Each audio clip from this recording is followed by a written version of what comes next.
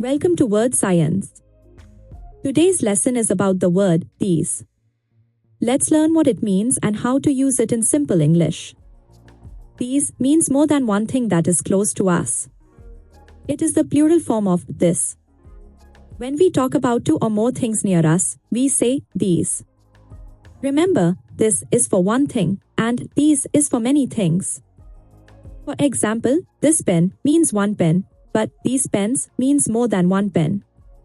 Use these when talking about things or people that are close to you and more than one. For example, these are my books.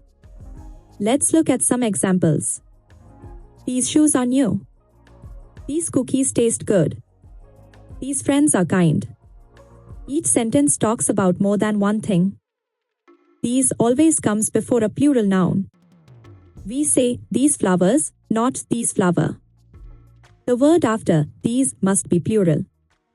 We can also use these in questions. For example, what are these? The answer could be, these are my keys. These can come at the start or end of a sentence.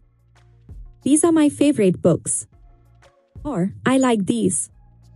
Both are correct. Be careful not to say this are. That's wrong. Always say these are when talking about more than one thing. Let's practice. Fill in the blanks. These apples are sweet.